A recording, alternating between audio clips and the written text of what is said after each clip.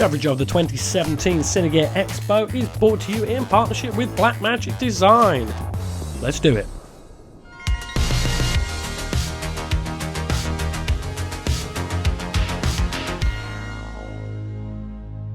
Hi, what's going on now?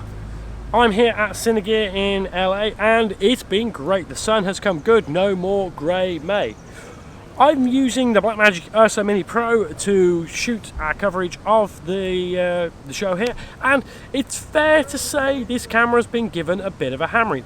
It's on a tripod dolly, and if you've ever been to Paramount Studios, which incidentally I hadn't before, it's great, get yourself down here. But it's cobbled everywhere. This camera has took a hammering, and I've lost a screw off it, so that's rattled out. But anything else, it's been really good.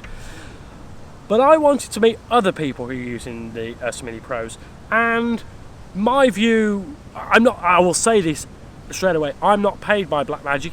I've been a fan and then not a fan and wishing they were great, but I kind of like Blackmagic stuff. So I'm using the Ursa MIni Pro and that's working out pretty well.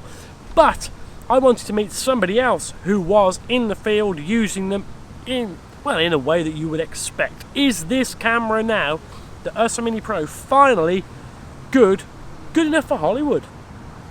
Well, I met a guy called Lukas to find out.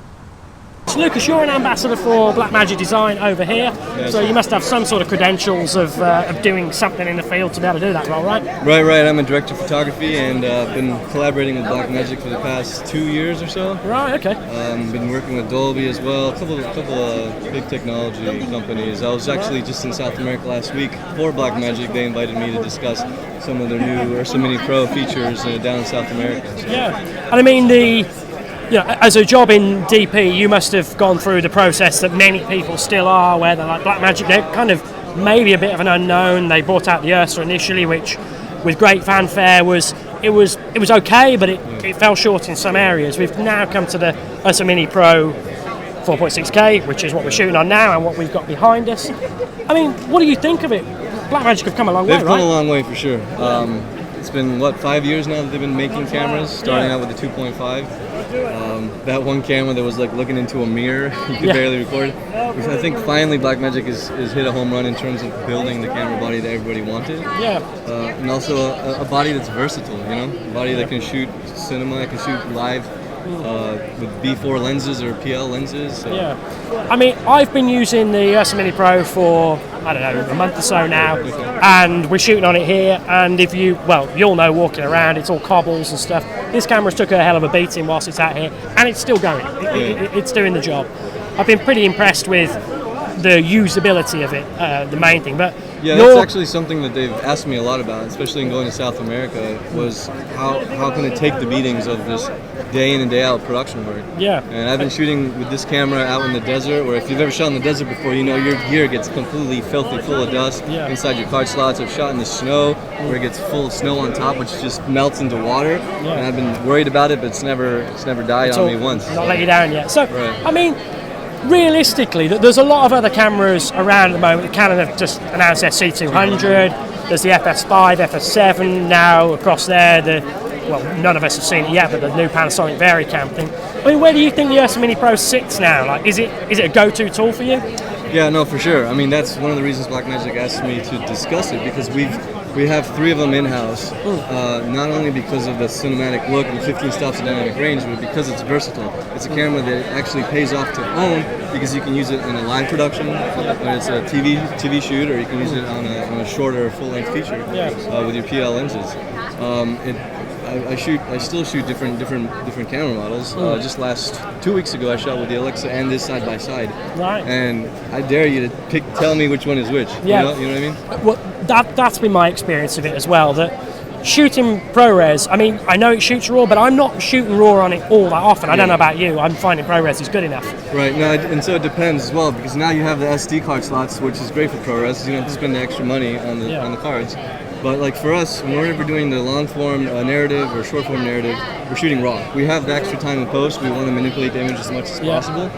But then again, we're also shooting some TV shows. We're going live every week, and we want to be able to get that fast turnaround. So we're shooting ProRes, and it gives you the option to do both. Yeah, exactly. I mean, for me, the ProRes workflow has always been great.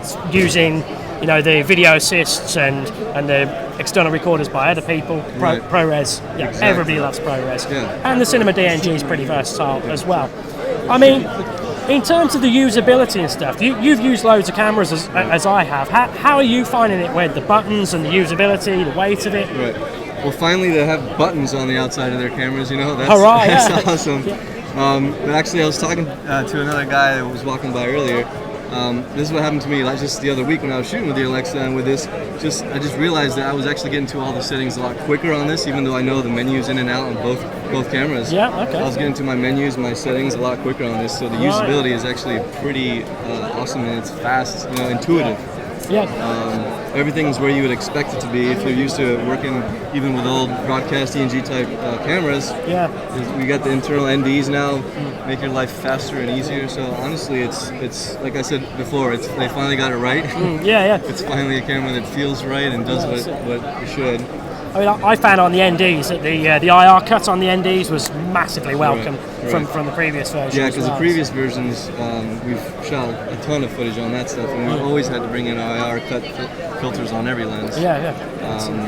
And yeah, now not having to deal with that, it just makes every production move faster. Yeah, it makes sense. I mean, the lens mount interchangeability for me is huge too. Yeah, and have you tried that? Because we've been looking. We will get some PL mounts, but we haven't got them yet. I haven't actually tried it. Is there much work shimming it and all the rest of it, or is it? No, from what I've done personally, I've actually tried the B4 as well. Okay. I bought an old Canon ENG lens, B4 mount, threw it on there for like $300 just to test it out. Yeah. And that's really nice too, just to be able to have the ability to do something if it's just HD, a live show, live stream or something. Yeah. But yeah, we have. In fact, that shoot that I was telling you about, the commercial shoot just 2 weeks ago, when we were shooting with the Alexa and with this camera, we had both the EF and PL mounts on both the cameras, depending on what lenses we wanted to use. Right. Okay. So that's really interesting. It took like literally a minute, 2 minutes tops to undo the 4 screws. Yeah. And right back on. Didn't have any issues with having to shim it or anything. Yeah. But that's I really imagine interesting. different lenses will take that. Yeah. I mean, we've had a bunch of questions about that, and I've not known because we just haven't had the lens mounts yet. But I'm looking forward to trying it. And on the whole, my experience of the camera, and I don't want this to sound like a paid promo. Like I know you're paid, I'm not. But I've been really impressed using this side by side against more or less anything else. I haven't found something that it won't match to. I mean, do you think that now's the time that the Ursa Mini Pro can be taken seriously and put into the field as a... For sure. And I'm starting to see that more and more, especially with other DPs that are in the field that are choosing this over the Alexa just because now you can have... I mean, the quality is very hard to pinpoint which one is better, but you can have 6 of these instead of having 1 Alexa on set, or 10 of them. It depends on what you want. If you're doing action scenes, you can fill it up with these for the budget of having maybe 1 or 2 Alexas on set. So that's what I'm seeing people like really start thinking like, wow, okay, the quality is pretty close there. Personally, where I see the big difference is the Alexa's highlight roll off. It's really smooth. This one kind of feels like it once it finally gets to the clipping point, it clips. Yeah. And do you find that still the case when you're shooting RAW? Because there's a bit more latitude in RAW than shooting ProRes, isn't there? Right. Yeah. No, for sure. I still see though that there's kind of like a cutoff on that for this. Yeah. Instead of like a smooth roll off, where it kind of transitions into blown out. Yeah. To clipping world. This one kind of, when it finally gets to its edge, then it's just gone. Yeah.